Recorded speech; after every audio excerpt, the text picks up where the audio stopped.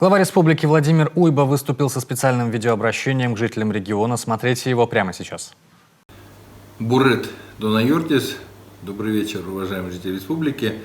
Сегодня расскажу вам об одной из госпрограмм, которые сейчас защищаются министрами отраслевыми Республики Коми в Государственном совете.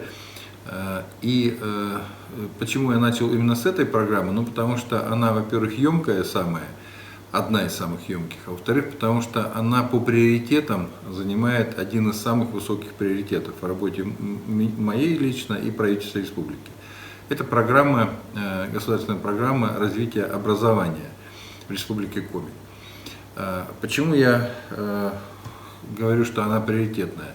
Ну, всегда говорят, ценятся не слова, а дела. Так вот, по делам могу сказать, что цифрами это совершенно четко подтверждается. Ведь понятно, что за образованием это наши дети.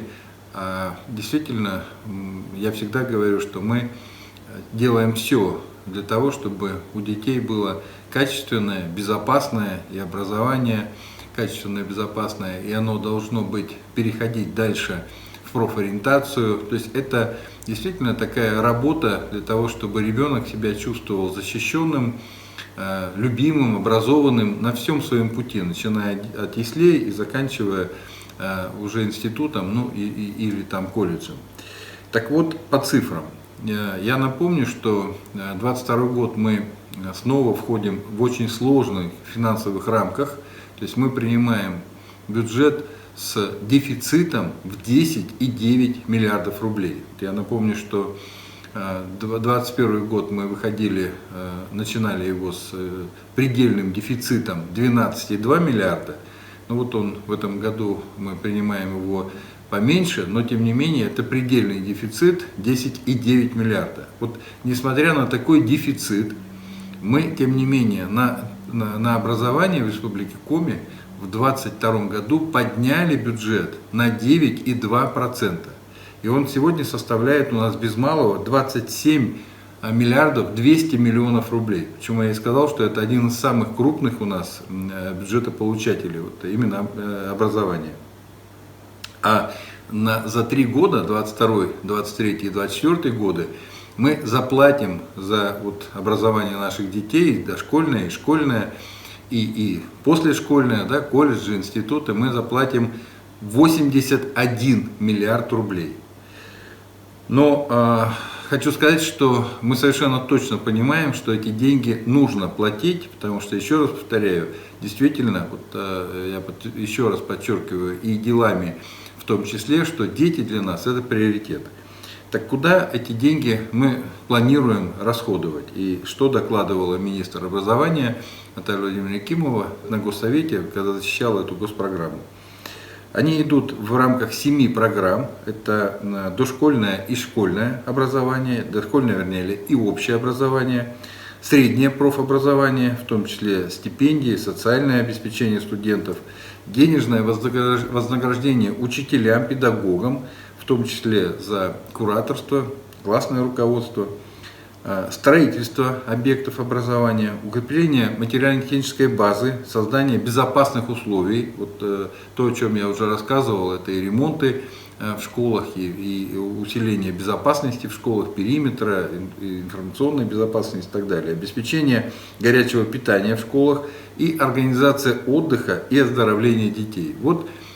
По этим 7 основным направлениям эти деньги и будут расходоваться. Что я еще хочу сказать, что опять же подтвердить, насколько мы реально смотрим и на развитие базы, материально-технической базы, в том числе по строительству новых и дошкольных, и школьных образовательных учреждений.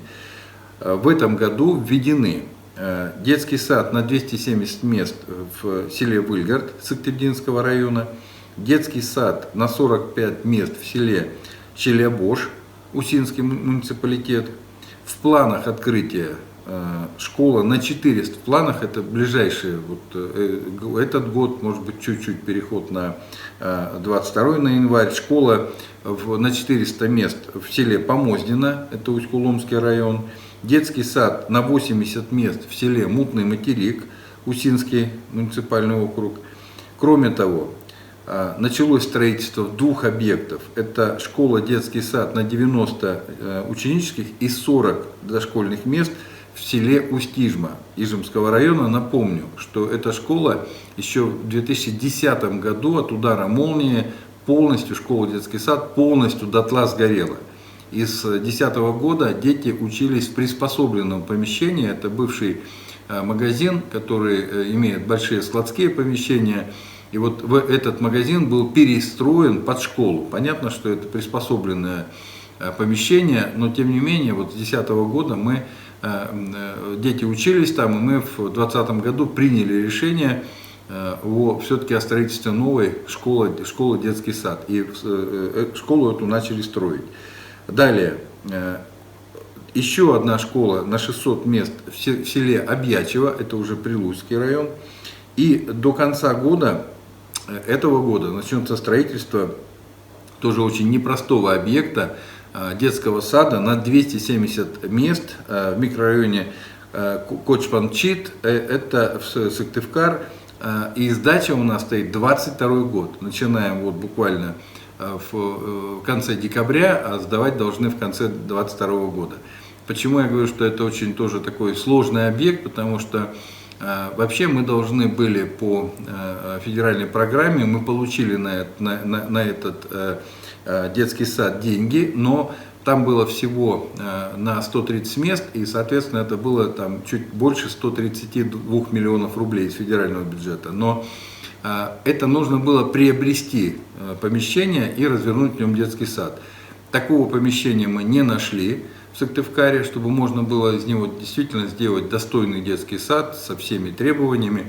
И вложили дополнительно еще своих более чем 150 миллионов с тем, чтобы уже построить большой, современный, красивый детский сад, в том числе и с бассейном, вот на 270 мест. И эти деньги мы изыскали, сохранили, нашли возможность сохранить федеральные деньги. Вот вместе с федеральным бюджетом вот такой замечательный детский сад начинаем строить, и думаю, что в 2022 году закончим. Также начинается строительство еще 2 объектов. Это школа на 825 мест в микрорайоне Емваль Эжвинского района, и завершение тоже близкое, 23 год. И школа на 600 мест в Ижме. Тоже очень сложный объект. Почему сложный? Потому что с 2011 года школа признана в Ижме аварийной. А это полноценная школа, она большая, вот на 600 мест. И больше другого помещения в Ижме нет, чтобы учить детей, и чтобы современно учить в современном здании. А школа аварийная. И поэтому, конечно, мы тоже вот в прошлом году, когда я делал первые объезды по республике, этот был наказ просто, причем такой прям уже с криком, что надо срочно строить школу, потому что школа в любой момент может стать непригодной, поскольку она уже более 10 лет аварийной является. И вот мы, несмотря, повторяю, на жестко дефицитный бюджет, тем не менее нашли деньги, и эту школу начинаем с 2022 года строить, в 2024 году мы ее должны сдать.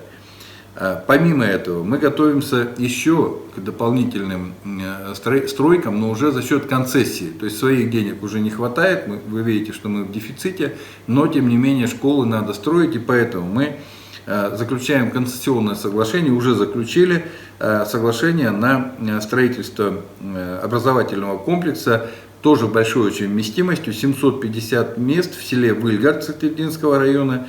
Это 550 будет ученических мест школа и 200 дошкольных мест. Начало строительства второе полугодие 2022 года и окончание конец 2024 года. Параллельно в стадии завершения согласования проекта еще одного концессионного соглашения для возведения образовательного комплекса, общей вместимость 130 мест. Это село Мадмас, Усть-Вымь, там будет 90 ученических и 40 дошкольных мест. Идет работа по определению параметров строительства школы на 600 мест в Сыктывкаре и на 400 мест в городе Ухта. Это вот все по концессии, потому что, повторяю, мы уже свои деньги все что можно было, задействовали. И вот задействуем концессионные деньги. То есть, что такое концессия, еще раз напомню, это, как правило, мощные финансовые структуры, Сбербанк заключает договор концессии, строит школу сам, передает ее нам, а на 10-15 лет возврат с равными долями, соответственно, мы себе можем позволить, построив школу, например, там, за миллиард, да, 825 мест, разбив ее на 10, а то и 15 лет концессионного соглашения, спокойно выплачивать ежегодный взнос, но при этом у нас дети-то учатся уже в новой современной школе, и это очень важно. А мы не ждем, когда у нас появятся деньги, чтобы построить эту школу, а дети будут учиться в 2-3 смены. Или учиться будут в приспособленных помещениях, как вот я уже сказал, в Ижме и в Усть-Ижме. Кроме того, еще скажу, что вот эта 825 мест, она планируется действительно в Сыктывкаре, и это еще один инструмент мы привлекли, инфраструктурный кредит. Я тоже о нем говорил. Это дополнительные средства, которые были предусмотрены из федерального бюджета. И вот эту школу мы именно за счет инфраструктурного кредита. Школа планируется, должна быть возведена в новой жилой застройке в орбите. И, конечно, она крайне там нужна. Ну вот, все, что я перечислил, наверное, я сегодня очень много вам рассказывал о программе образования, но еще раз подчеркиваю, что это действительно не просто набор тех мероприятий, тех строек, которые мы запланировали или уже сдаем, закончили, а это подход к тому, отношение правительства республики именно к детям, к тому, в каких учебных заведениях будут учиться или в каких дошкольных учреждениях будут находиться наши дети, воспитываться и получать дошкольное и школьное образование. Поэтому, конечно, это наш приоритет, и мы это, вот подчеркиваю, еще не только говорим на словах, но и показываем в делах.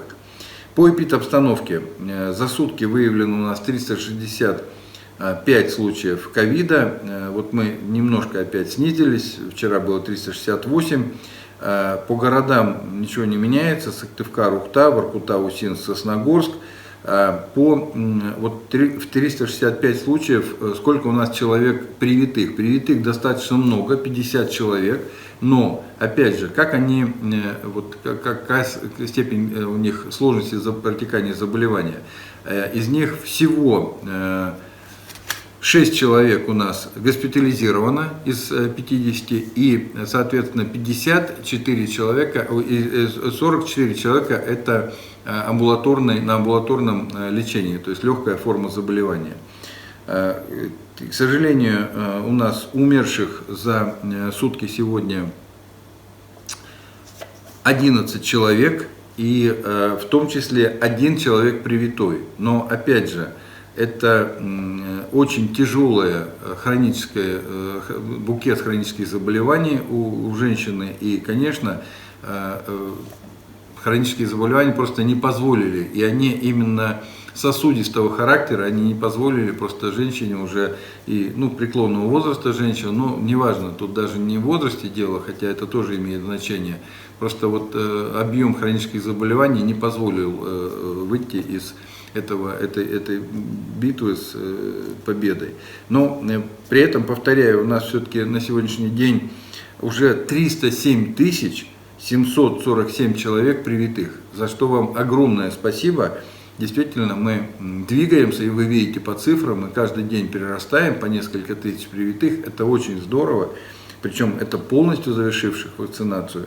При этом у нас достаточно большое количество еще вакцины, поэтому все, кто еще думает, кто у себя держит в планах прийти и привиться, пожалуйста, приходите, у нас более 119 тысяч доз вакцины, поэтому всем хватит. Ждем вас на вакцинацию. На этом у меня сегодня вся информация. Всего вам самого доброго. Берегите друг друга, берегите детей, соблюдайте масочные профилактические режимы. До следующей встречи.